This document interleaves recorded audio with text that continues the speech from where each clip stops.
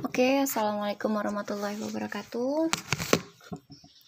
Selamat datang di YouTube channel kali ini. Hari ini kita mau bahas masih tentang termodinamika, tapi soal-soal. Jadi kita mau bahas tentang termodinamika part 2. Ini ada hubungannya dengan berbagai macam siklus gitu ya.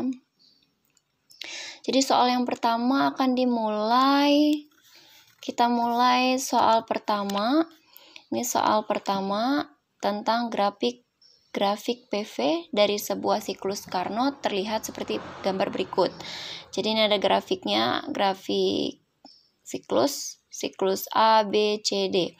Jika kalor yang dilepas ke lingkungan, oke, di sini dia bilang kalor yang dilepas ke lingkungan berarti Q1 atau Q2.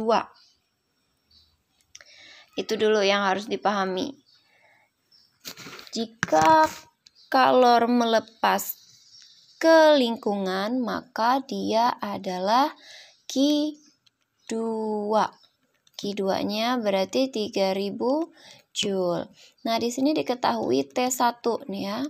T1-nya adalah 800 Kelvin, T2-nya adalah 500 Kelvin. Nah, yang ditanya apa? Maka kalor yang diserap sistem yang ditanya adalah Q1-nya berapa. Jadi, apa hubungan antara kalor dan suhu? Hubungannya itu bisa dilihat dari rumus efisiensi. Di mana rumus efisiensi itu rumusnya ada yang 1/1 dikurang Q2 per Q1 ya. Atau 1 dikurang T2 per T1. Dimana kalau kita coret-coret ini, kita bakal menemukan rumus bahwa Q2 per Q1 itu sama dengan T2 per T1. Jadi boleh kita pakai rumus ini, tinggal masukin aja nilai-nilainya. Q2-nya 3000 Joule, Q1 yang ditanya, T2-nya adalah 500 Kelvin, dan T1-nya adalah 800 Kelvin. Oke, kita kali silang ya, begini. 500 dikali Q adalah 500 Q1, sama dengan 3000 kali 800. 3000 dikali 800. Berapa? Jadinya Q1 sama dengan 3000 dikali 800 dibagi 500. Coret ya, nolnya 2. 30 bagi 5, 6. Jadi 6 kali 8 hasilnya adalah 48. Masih ada sisa nolnya 2, maka hasilnya adalah 4800 Joule. Jawabannya adalah C. Selanjutnya, kita masuk ke soal yang kedua. Ini soal yang kedua. Sebuah mesin Carnot menyerap panas, katanya menyerap panas. Oke, kalau dia bilang menyerap panas, maka ini hubungannya dengan ke-1. Sehingga temperaturnya bersuhu 120 derajat Celcius. Berarti T1-nya adalah 127 derajat Celcius. Kita rubah ke Kelvin. 127 ditambah 273. Wajib ditambah 273 kalau dari Celcius ke Kelvin. Hasilnya berapa? Oke, benar, 400 Kelvin. Terus T2-nya adalah 27 derajat Celcius yang sama dengan 300 Kelvin. Nah, yang ditanya efisiensi terbesar yang dapat dicapai oleh mesin Carnot. Oke, mudah ya. Yang ditanya efisiensi, jawabnya adalah efisiensi sama dengan 1 dikurang T2 per T1, di mana T2-nya adalah 300 Kelvin, T1-nya adalah 400 Kelvin. Coret-coret ya. 3/4 adalah 0,75. Maka tinggal ditulis efisiensi selalu dikali 100 ya. 100%. 100%. Berarti ini juga harus dikali 100%. 1 dikurang 0,75 berapa? Oke, benar. 0,25 dikali 100%. Hasilnya adalah 25% gitu. Jawabannya adalah bebek. Oke, lanjut kita ke soal yang ketiga. Ini adalah soal yang ketiga. Oke. Perhatikan gambar di bawah ini. Sebuah kulkas mempunyai koefisien kinerja katanya. Ya, koefisien kinerja. Berarti COP-nya adalah 5. Kemudian yang diketahui lagi, jika suhu luar kulkas, kita nggak tahu ini T berapa ya, tapi tulis dulu. T-nya 25 derajat Celcius, harus dirubah ke Kelvin, ditambah 273. Berarti hasilnya adalah 298 ya, 98 Kelvin. Maka suhu terdingin yang dapat dihasilkan kulkas. Kalau ngomongin suhu terdingin, maka di sini T2 yang ditanya. Berarti di sini adalah T1 yang diketahui. Gitu. Oke, lanjut ya. Kita langsung jawab. Rumus COP adalah T2 per T1 dikurang T2. COP-nya 5, T2-nya ditanya, kemudian T1-nya 298, T2-nya yang ditanya. Kita kali silang ya. Ini kali sini sama dengan ini, T2. Oke, 5 dikali 298 dikurang T2 sama dengan T2 nih, sama dengan T2 dari sini ya. Oke, 5 kali 298 berapa? 1490 ya. Dikurang ini kali ini kali ini. 5 dikali T2, 5T2 sama dengan T2. Oke, supaya T2-nya ini nyatu, yang sebelah kiri pindah ke sebelah kanan.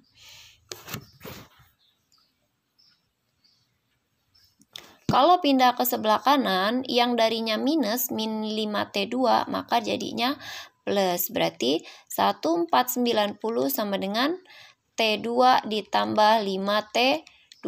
Hasilnya 6T2 sama dengan 1490. Berarti T2 sama dengan 1490 dibagi 6. Berarti hasilnya berapa? Sekitar 24,6 ya. Atau kita bulatkan menjadi 25 derajat. Maaf ya, 25 derajat Celcius. Hasilnya adalah minus 25 derajat Celcius. Next, kita masuk ke yang keempat. Di sini yang keempat, dia menyatakan bahwa gas mengalami usaha sebesar 100 Joule. Berarti W-nya dia positif atau negatif? Oke, kita ulang lagi di sini. W dikatakan positif jika melakukan usaha. Dan W dikatakan negatif jika dikenai usaha. Kemudian yang Q dikatakan positif jika menyerap kalor. Dan Q dikatakan negatif jika melepas kalor. Kemudian delta U ini kalau dia bertambah dibilang positif, kalau dia berkurang dibilang negatif. Nah, di sini gas mengalami usaha sebesar 100 Joule, berarti W-nya positif ya. Sehingga energi dalamnya turun katanya. Berarti delta U-nya adalah min 300 Joule. Maka gas tersebut berarti W udah diketahui, delta U ya udah diketahui, yang ditanya berarti Q-nya berapa. Oke, lanjut ya. Berarti W udah diketahui, delta U udah diketahui, berarti yang ditanya pasti tentang Q-nya. Nah, di sini rumusnya pakai hukum satu termodinamika ya.